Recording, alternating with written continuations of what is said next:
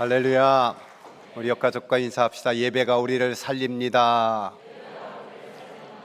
언제 어디서나 예배하며 삽시다.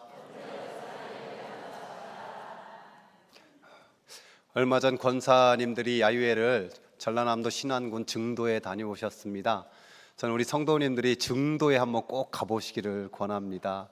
일부러 휴가를 내서라도 한번 가볼 만한 가치 있는 곳이에요.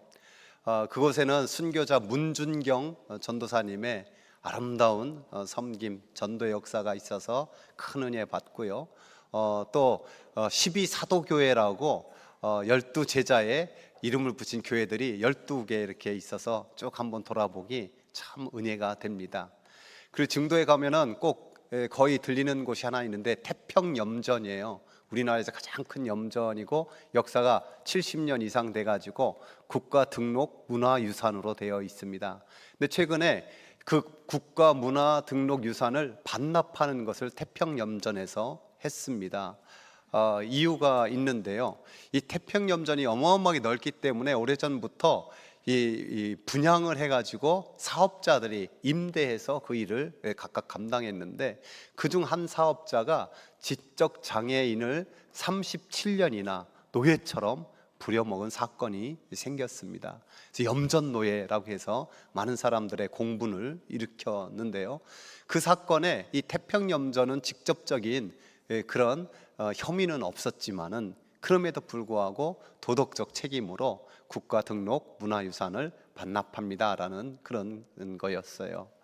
이 8계명 도둑질하지 말라라는 것은 근본적으로 사람을 훔치지 말라, 사람에 관한 거거든요.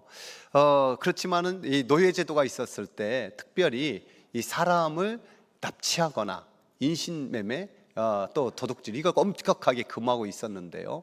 성경에 이런 말씀이 있습니다. 사람을 납치한 자가 그 사람을 팔았든지 자기 수하에 두었든지 그를 반드시 죽일지니라.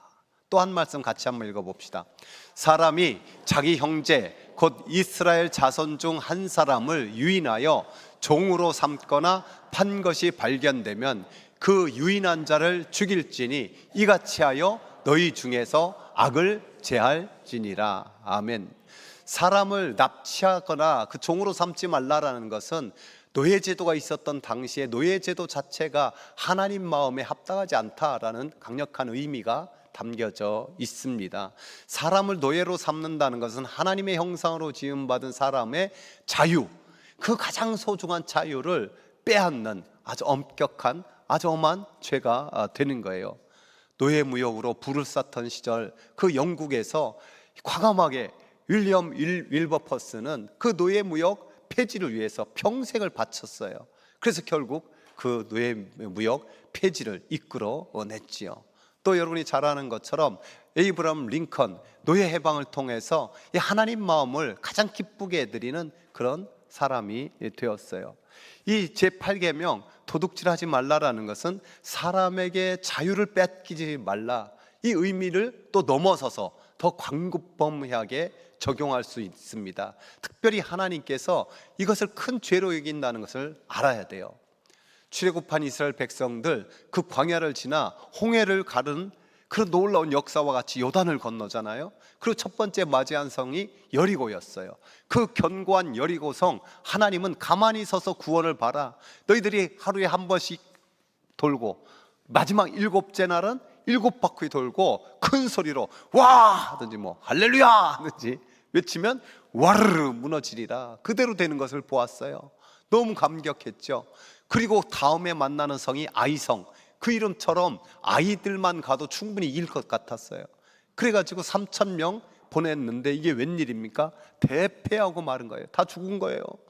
하나님 여기까지 우리를 인도하셔서 이렇게 우리를 멸하시려 합니까? 그때 하나님께서는 아니다, 너희가 싸워서 진 것은 너희 중에 죄가 있기 때문이다. 무슨 죄가 있었습니까? 하나님께서 여리고성을 정벌 할 때 그것 훔치지 말라, 그거 다 하나님 거다, 너희들이 한 게 뭐 있냐?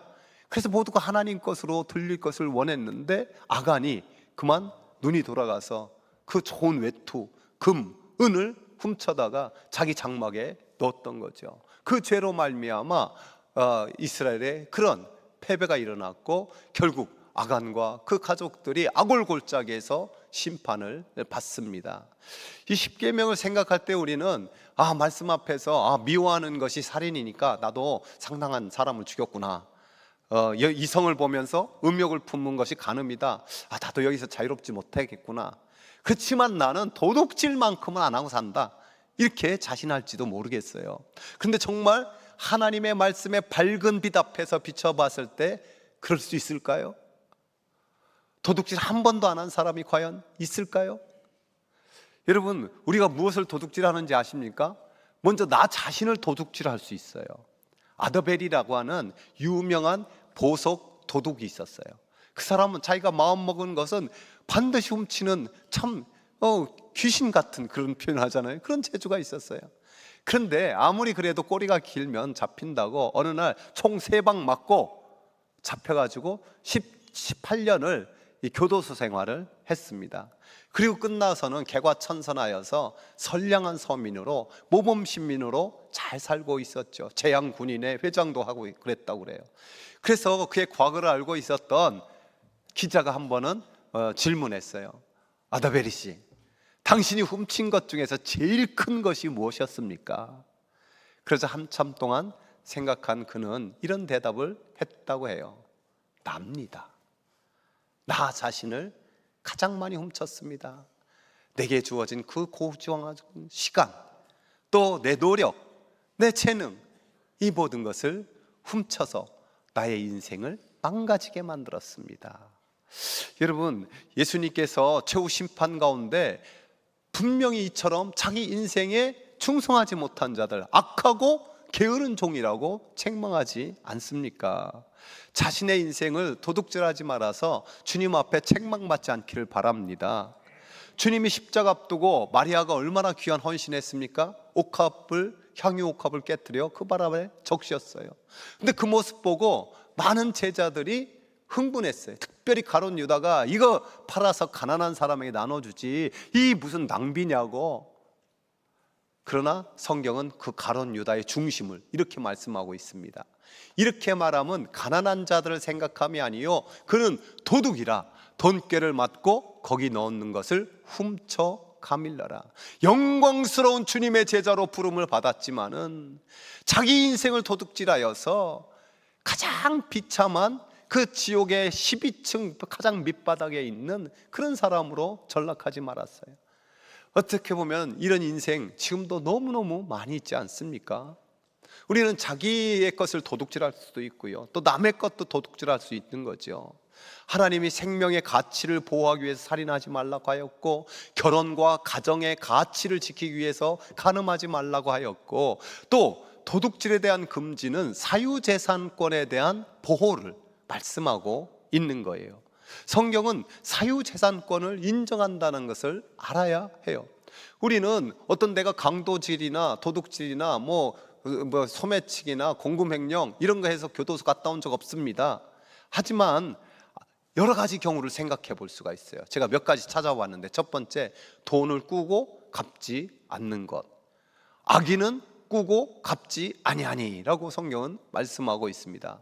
낭비가 심하여 신용불량 걸리는 거라든지, 또 상환하라는 것 계획도 없이, 그런 노력도 없이 그 채무자로 있는 것, 분명히 악인에 속하는 것을 알아야 돼요.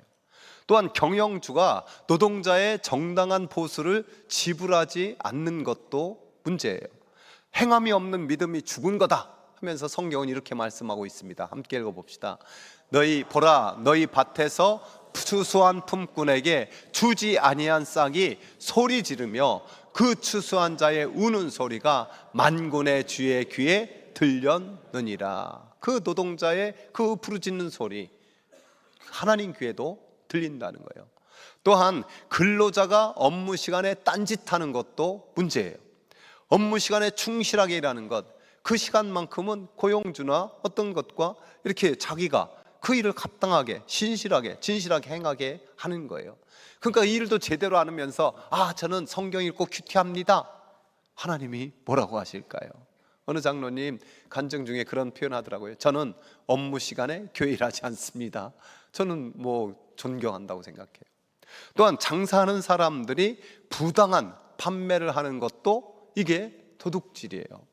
성경은 이렇게 말씀하거든요. 한결같지 않는 저울추는 여호와께서 미워하시는 것이요 속이는 저울은 좋지 못한 것이니라.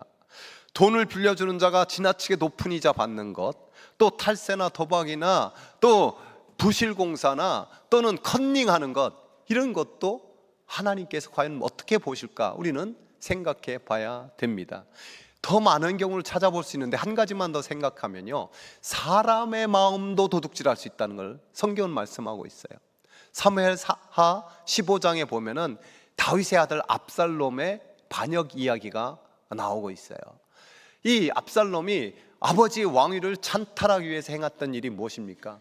성문 앞에 앉아서 사람들이 억울한 일을 가지고 왕에게 소송하려고 하면은, 야, 왕이 너 같은 사람 그거 들어줄 시간이 어디 있느냐, 너 잘 만나주지도 않아, 나한테 먼저 말해봐, 내가 해결해 줄게. 그래가지고 압살롬에게 그 사정을 말하게 하고 압살롬이 실제로 그걸 해결해 주는 거예요. 그 결과 성경은 이스라엘 백성의 마음을 압살롬이 도둑질했더라라고 기록하고 있어요. 왕위를 찬탈하기 위해서 사람의 마음을 빼앗은 거죠. 우리는 그런 엄청난 일은 거행하지 않을지 몰라도 은근히 사람의 마음을 빼앗기 위해서 내가 어떤 노력을, 어떤 조정을 하고 있는 것이 있지는 않을까요? 이런 광범위하게 생각해 볼 때 마르틴 루터는요, 이 8계명에 대해서 이렇게 말하고 있어요. 도둑질은 자기 이득을 취하기 위해서 이웃에게 손실을 입히는 모든 행위다. 이런 행위가 너무도 널리 퍼져 있어서 사실상 이 범죄를 피해갈 수 있는 사람이 거의 없다. 만약 도둑질의 처벌이 사형이라면 세상은 텅텅 비게 될 것이다. 근데요, 우리가 나의 것, 또 남의 것, 그걸 넘어서 하나님의 것도 도둑질할 수 있다는 사실을 알아야 돼요. 어떻게 사람이 하나님 것을 어떻게 그럴 수 있단 말이에요? 그러나 여러분 가만히 생각해 보십시오. 가장 기본적으로 주일 성수하지 않는 것. 여러분, 주일이 무슨 날이에요? 우리는 주님의 날이라고 부르잖아요. 하나님의 날이라고 그러잖아요. 그러니까 정말 어쩔 수 없는 피치 못할 사정이 아니면 주일 성수에 내가 생명을 걸겠습니다, 이런 태도가 우리 신앙의 가장 기본이에요. 두 번째, 하나님의 말씀을 오용하는 것도 성경 도둑질이라고 나와 있어요. 하나님께서 예레미야 선지자를 통해 이런 말씀을 했거든요. 읽어볼까요? 나 여호와가 말하노라, 보라, 서로 내 말을 도둑질하는 선지자들을 내가 치리라. 예레미야 당시 하나님은 분명히 회개를 명령했어요. 너희들이 우상숭배와 그런 온갖 더러운 것에서 돌이켜야 산다, 심판을 명령하라고 했는데 거짓 선지자들은 아니다, 하나님 우리는 무조건 복준다, 평안하다, 평안하다. 그게 하나님 말씀을 도둑질하는 거라는 거예요. 여러분, 우리도 자칫하면은 회개해야 되는데 무조건 은혜로, 무조건 평안으로, 무조건 복으로 말하는 것, 이거 조심해야 돼요. 제가 최근에 한 책을 읽었는데 그분은 칭찬과 책망을 설탕과 소금으로 비유하더라고요. 요즘 칭찬은 고래도 춤추게 한다 해서 칭찬만 하는데 그것은 마치 설탕과 같다. 얼마나 우리에게 필요합니까, 설탕도? 그러나 지나치면 어떻게 돼요? 당뇨 걸리고 뭐하고 걸리고 더 위험해, 건강이 안 좋아져요. 적당한 소금이 꼭 필요한 거죠. 필요한 거죠. 오늘 우리도 여기에서 잘 살펴봐야 돼요. 특별히 복음을 전해야 되는데 전도하지 않고 은혜의 빛, 사랑의 빛을 비춰야 되는데 그러지 못하는 것도 하나님 말씀. 특별히 또한 한 가지 더, 11조 생활을 하지 않는 것. 하나님이 이렇게 말씀하셨죠. 사람이 어찌 하나님의 것을 도둑질하겠느냐, 그러나 너희는 나의 것을 도둑질하고도 말하기를 우리가 어떻게 주의 것을 도둑질하였나이까 하는도다. 이는 곧 11조와 봉헌물들이라. 여러분, 종종 11조는 구약에 있는 율법이지 신약 은혜에 살고 있는 우리가 뭐 꼭 지켜야 됩니까? 이렇게 물어보는 이들이 있어요. 하기 싫어서 그런 거 아니겠습니까? 근데 이 팀 켈러 목사님에게도 동일한 질문을 사람들이 했어요. 그래서 팀 켈러 목사님은 이런 대답을 했더라고요. 구약의 하나님 백성들이 받은 은혜와 신약의 하나님의 자녀들이 받은 은혜를 생각해 보십시오. 누가 더 큰 은혜를 받았습니까? 여러분, 누가 더 큰 은혜를 받았습니까? 오늘 우리잖아요. 독생자 예수 그리스도를 십자가에 내어주시기까지 사랑하신 은혜를 생각하면은 어떻게 하는 것이 합당하겠습니까? 우리 주님께서는 철저하게 11조를 하는 이스라엘 백성들에게 이런 말씀을 했어요. 함께 읽어봅시다. 화 있으신 저 외식하는 서기관들과 바리새인들이여, 너희가 박하와 회향과 근체의 11조는 들이되 율법에 더 중한 바 정의와 긍휼과 믿음은 버렸도다. 그러나 이것도 행하고 저것도 버리지 말아야 할지니라. 철저하게 형식적으로 11조를 하는 사람들, 그러나 그 11조 정신을 잃어버린 그 바리새인 사두개인을 책망했어요. 그러나 11조의 형식과 11조의 내용 둘 다 잘 지켜야 될 것을 주님은 말씀한 거죠. 제가 이번에 미국에서 친구 아들에게 거나하게 밥을 한번 대접받았어요. 처음이에요. 제가 친구 아들이라면 당연히 제가 밥 사주고 이러는데 처음 친구 아들에게 대접을 받은 거예요. 근데 그 친구는 이 미국의 소도시에서 목회하는 친구였는데 그 작은 교회 목회하면서 고생 많이 하고 건축까지 해서 특별히 참 힘쓰고 애써서 목회했는데 어느 날 아들에게 사모님, 그러니까 어머니죠. 엄마가 야, 우리 교회 재정이 요즘 힘든데 11조를 우리 교회에 좀 보내주면 안 되겠니?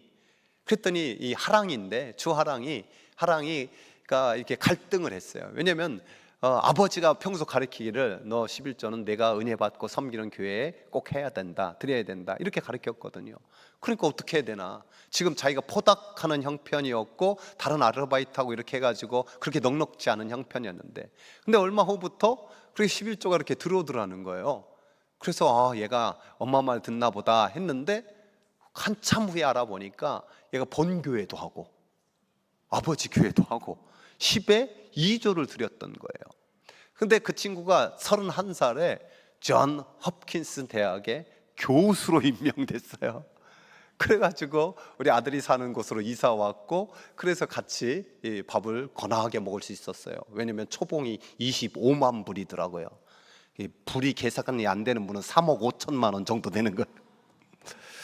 제가 식사를 하면서 이 말씀이 생각났어요. 함께 읽어봅시다.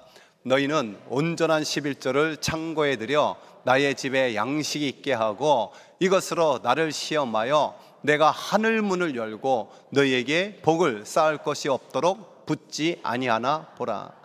저는 하나님의 말씀에 약속을 신실하게 지키는 분으로 믿고 있습니다. 그러니까 여러분 여기서부터 잘 들으십시오. 정말 가정 형편이 어렵고 정말 먹을 것도 없고 힘든데 억지로 11조 하지 마십시오. 또 믿음이 없는 분도 하지 마십시오. 그러니까 여기 믿음 없는 분들 시험 들지 마세요. 즉 나는 구원의 확신도 없고 하나님 자녀된 확신도 없고 지금 죽어 천국 갈 확신도 없는데 11조 하면 복 받는데 11조 해. 그 말 듣고 하지 마세요. 그러나 나는 분명히 예수 그리스도의 십자가와 부활의 은혜로 하나님 자녀 되었습니다. 나는 지금 죽어도 천국 가고 천국 백성으로 살고 싶습니다. 이 고백이 분명한데도 11조 생활 안 한다? 건강한 신앙이라고 생각할 수 있을까요? 지금까지 하나님 말씀에 비춰보면 우리는 어떻습니까? 우리가 우리 자신에 대해서, 이웃과 이 사회와 국가에 대해서, 또 하나님에 대해서 도둑이 아니라고 말할 자가 누가 당당하게 있겠습니까? 어떻게 보면 모든 사람이 크든 작든 그 도둑으로 살고 있는 것이 아닐까요? 우리가 하나님의 자녀로서 그럼 어떻게 해야 될까요? 회개해야 되죠. 주님께서 도둑이 오는 것은 도둑질하고 죽이고 멸망시키려는 것뿐이라고 했어요. 여기서 도둑은 누구를 가리켜요? 사탄 마귀를 가리켜요. 그 사탄 마귀가 도둑이다. 그럴 때 우리가 나는 크고 작은 도둑에 속한다 하면은 그 영향력에 있는 거 아닙니까? 하지만 우리는 하나님의 자녀로서 그 십자가의 보혈로서 모든 죄와 허물이 깨끗하게 씻음 받았음을 믿습니다. 부활의 빛 가운데 하나님의 자녀의 의를 얻었어요. 하지만 변화되지 못한 것이 있다면은 그것이 아직 마귀의 영향력에 있음을 믿고 회개해야 되는 거예요. 회개되는 거예요. 주님께서 이렇게 말씀하시죠. 함께 읽어봅시다. 도둑질하는 자는 다시 도둑질하지 말고 돌이켜 가난한 자에게 구제할 수 있도록 자기 손으로 수고하여 선한 일을 하라. 돌이키라는 말은 회개하라는 말이잖아요. 십자가 옆에 있는 도둑이 마지막 회개함으로 천국 백성이 됐듯이 회개가 진짜 살 길이잖아요. 주님을 만나서 회개한 삭개오 뭐라고 고백합니까? 주여 보시옵소서, 내 소유의 절반을 가난한 자들에게 주겠사오며 만일 네 것을 토색한 일이 있으면 내가 4배나 갚겠나이다. 진짜 회개한 거예요. 그래서 주님이 이렇게 선언해 주셨어요. 보라, 구원이 이 집에 이르렀으니 이 사람도 아브라함의 자손이미로다. 제가 많이 강조하지만요, 진짜 회개는 눈물의 회개와 땀의 회개가 함께 있어야 돼요. 하나님, 내가 잘못했습니다. 다윗처럼 침상을 적시는 눈물의 기도를 넘어서 내가 어떤 손해보게 한 것이라든지 빚졌는데 갚지 못한 것이라든지 이런 것들을 힘써 보상할 수 있도록 이 삭개오의 정신을 가지고 나가는 것까지, 그래서 회개에 합당한 열매까지, 이게 진짜 회개가 되는 거죠. 이 회개에 주님의 구원의 은혜가 더 차고 넘치는 줄 믿습니다. 또한 우리는 최선을 다해서 일을 해야 돼요. 다시 말씀을 보면, 도둑질하는 자는 다시 도둑질하지 말고 돌이켜 가난한 자에게 구제할 수 있도록 자기 손으로 수고하여 선한 일을 하라. 노동은 저주가 절대 아닙니다. 이 땅의 어르신들도 최고의 복지는 일거리를 주는 거래요. 아담과 하와에게 하나님은 타락하기 이전에 일거리를 주셨어요. 에덴 동산의 청지기로 그들을 임명해 주셨어요. 오늘 우리 모든 것도 나의 시간이나 재물이나 재능 다 하나님의 것, 하나님의 청지기로서 이 땅을 살아가는 존재인 줄 믿습니다. 그래서 하나님께서 이렇게 말씀하세요. 읽어볼까요? 거기 곧 너희 하나님 여호와 앞에서 먹고 너희 하나님 여호와께서 너희 손으로 수고한 일에 복 주심으로 말미암아 너희와 너희의 가족이 즐거워할지니라. 하나님 앞에서 꼬람대오 정신을 가지고 너희의 손으로 수고한 일에 복 주신다 약속하고 있습니다. 그 하나님이 아무리 허락하신 것이 있어도 게으른 자에게는 그것이 임하지 않는 거예요. 요즘에 우리나라 주식이 불장이라고 해서 청년들 중에서 일하기 싫고 주식만 하고 살까요? 이런 친구들이 있다고 생각해요. 여러분, 저는 우리 성도들도 건강한 투자에 대한 공부도 하고 그렇게 하도록 가르쳤어요. 설교도 했어요. 그렇지만은 일하지 않고 그렇게만 하겠다는 건 결코 건강한 태도가 아니에요. 자기 손으로 열심히 일하고 그것을 즐거워하는 자에게 하나님이 복 주시는 줄 믿습니다. 우리는 회개할 거 회개해야 돼요. 자기 손으로 열심히 최선을 다해 일해야 돼요. 그러면서 이웃을 섬겨야 될 것을 말씀하고 있습니다. 한 번 더 말씀 보면요, 도둑질하는 자는 다시 도둑질하지 말고 돌이켜 가난한 자에게 구제할 수 있도록 자기 손으로 수고하여 선한 일을 하라. 우리는 이 세상에서 빈손으로 왔다 빈손으로 간다고 그래요. 이게 불교의 진리가 아니에요. 성경에도 이렇게 말씀하고 있어요. 우리가 세상에 아무것도 가지고 온 것이 없음에 또한 아무것도 가지고 가지 못하리니. 이 세상에 보이는 것은 이런 거예요. 하지만 우리는 갖고 갈 수 있는 게 있는 줄 알아요. 뭡니까? 하늘에 쌓은 보화가 있는 거예요. 또 지극히 작은 자에게 한 것이 주님은 뭐라고 하셨어요? 내게 한 것이다. 이 이웃을 사랑으로 섬긴 것, 선한 일을 한 것 하나님이 기억하신다는 거예요. 그래서 이 8계명은 이웃 사랑하라라는 적극적 계명으로 가장 대표되는 말씀입니다. 최근에 우리나라의 한 재판이 또 이슈가 됐어요. 한 물류회사의 협력업체의 A씨가 도둑으로 재판을 받게 되었는데요, 그가 훔친 것이 뭐냐? 초코파이 1개와 카스타드 하나. 초코파이는 450원, 카스타드는 600원, 1,050원을 훔쳤다고 재판을 받게 된 거예요. 그 A씨는 새벽에 순찰 돌다가 너무 배가 고파서 그 초코파이 하나하고 카스타드 하나 먹었다. 그리고 다른 분들 이렇게 배송하고 택배하는 분들이 여기 있는 것 그렇게 먹어도 된다고 나한테 말해줘서 그렇게 먹었다. 근데 회사에서는 어떤 도난품 회수라든지 변상 대신에 강력한 처벌을 원한다고 해서 재판까지 간 거예요. 1,050원 때문에. 그래서 첫 번째 재판에서 얼마가 나왔냐면 벌금 5만 원이 선고됐어요. 근데 이 A씨가 여기에 다시 항고했어요. 나는 무죄다.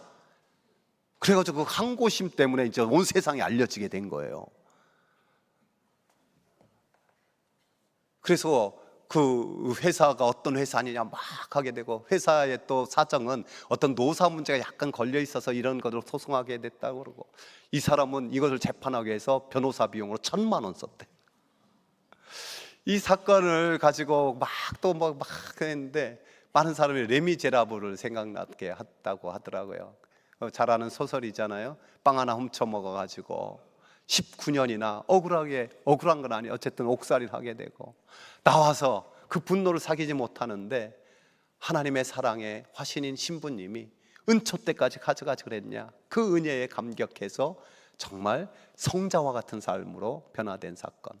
저는 뉴욕의 시장이었던 라구아디아라는 분이 생각났어요. 뉴욕에 이제 공항도 그 이름에 있거든요. 이분이 시장하기 전에 판사였었는데 유명한 판결이 하나 소개되고 있습니다. 한 노인이 220불을 훔쳐서 배가 고파서 그 기소가 된 거예요. 그 재판장에서 그 노인을 만났는데, 이 라구아디아 판사가 그 노인에게 마지막 할 말은 없으십니까, 노인장? 그랬더니 그 노인이 말하는 거예요. 판사님, 한 번만 더 저를 긍휼히 여겨 주십시오. 그러자 잠시 동안 그 노인장을 바라보고 있었던 이 판사가 이런 말을 했어요. 맞습니다. 노인장에게는 정말 긍휼이 필요하시군요. 그러나 노인이 잘못한 그 20불에 대해서는 책임을 져야 합니다. 마침 제게 10불이 있군요. 제가 여기 20불을 노인장을 대신해서 변상하겠습니다. 노인장을 춥고 배고프도록 버려둔 데에는 저의 책임도 상당히 크기 때문입니다.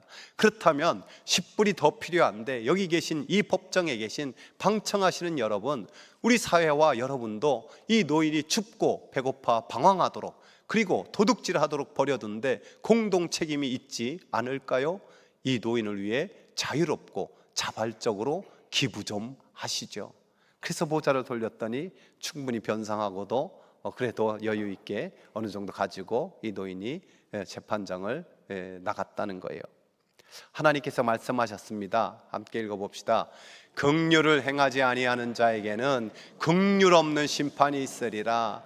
긍휼은 심판을 이기고 자랑하느니라. 사랑하는 성도 여러분, 가난한 사람들이 더욱 힘들어지는 겨울이 다가옵니다.